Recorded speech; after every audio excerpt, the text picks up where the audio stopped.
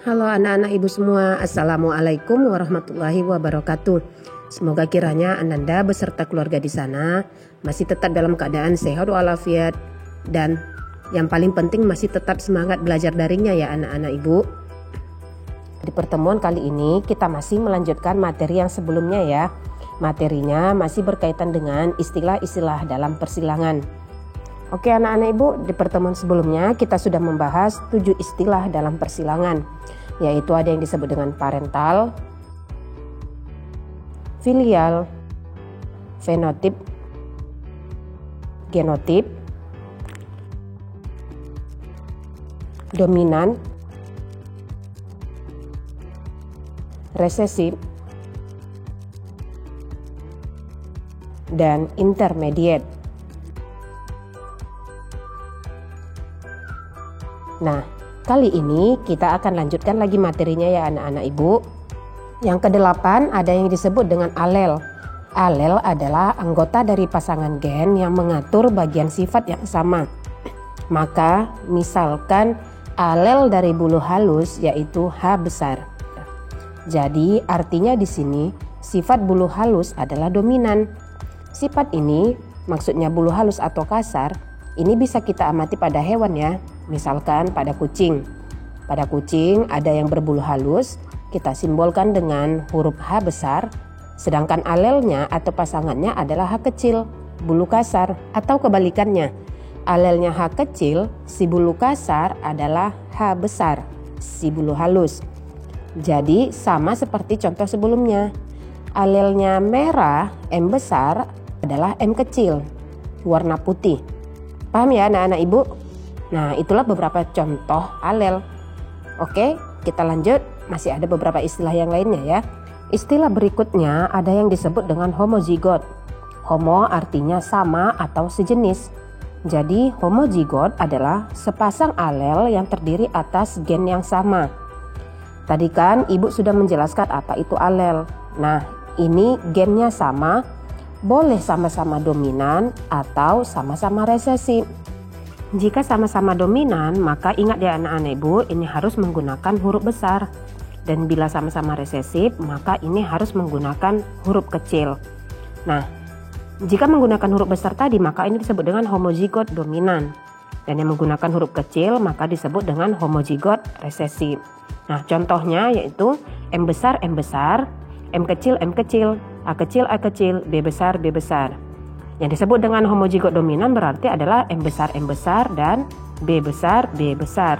Berarti yang M kecil, dan A kecil ini disebut dengan homozigot resesif. Nah, paham ya anak-anak ibu? Nah, sebaliknya adalah heterozigot. Ini adalah sepasang alel yang terdiri atas gen yang berbeda. Jadi ini merupakan gabungan dari dominan dan resesif. Ini sama juga seperti penjelasan intermediate pada materi sebelumnya. Nah, jadi di sini contohnya Bu ambil M besar, M kecil, A besar, A kecil. Jadi jika genotipnya gabungan dari huruf besar dan kecil, maka ingat ya anak-anak ibu, ini disebut dengan apa? Ya, dengan genotip heterozigot. Jadi untuk genotip heterozigot tidak ada istilah dominan atau resesif ya anak-anak ibu. Selanjutnya ada yang disebut dengan monohibrid. Mono artinya satu, hibrid artinya sifat. Karena ini ada kaitannya dengan materi persilangan, maka monohibrid ini bisa diartikan dengan persilangan dengan satu sifat beda. Kemudian kalau sifatnya yang berbeda ada dua, maka ini disebut dengan dihibrid, yaitu persilangan dengan dua sifat yang berbeda. Maksudnya apa lagi sih Bu? Bingung ya anak-anak ibu? Oke, biar tidak bingung, dengarkan penjelasan ibu ya. Jadi ini mengenai monohibrid dan dihibrid ini kan berkaitan dengan sifat. Nah, biar gampang kita ambil contohnya yang ada pada diri kita. Nah, di pertemuan sebelumnya kan sudah ibu jelaskan bahwa sifat pada tubuh kita, pada diri kita manusia itu sangat banyak. Nah, dari yang banyak tadi coba kita ambil satu saja sifat yang ada pada diri kita. Nah, misalkan ibu ambil contoh adalah pada warna kulit. Nah, warna kulit ini adalah satu di antara sekian banyaknya sifat yang ada pada manusia atau pada diri kita. Nah, sifat warna kulit ini kan berbeda-beda.